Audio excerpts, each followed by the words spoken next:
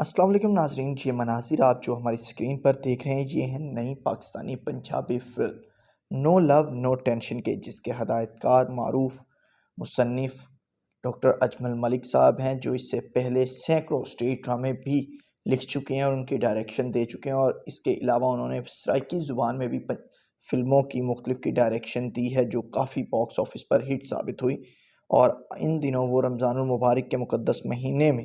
نئی پنجابی فلم نو لو no tension کی direction میں مصروف ہیں،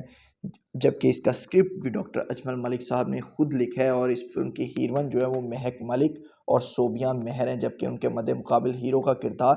سیف علی خان، جو اس سے پہلے پنجابی فلموں میں اپنی اداکاری کا لوہا منوا چکے ہیں، وہ نبھا رہے ہیں، جبکہ کامیڈین میں آغا ماجد، کیسر، پیا، سخاوت ناز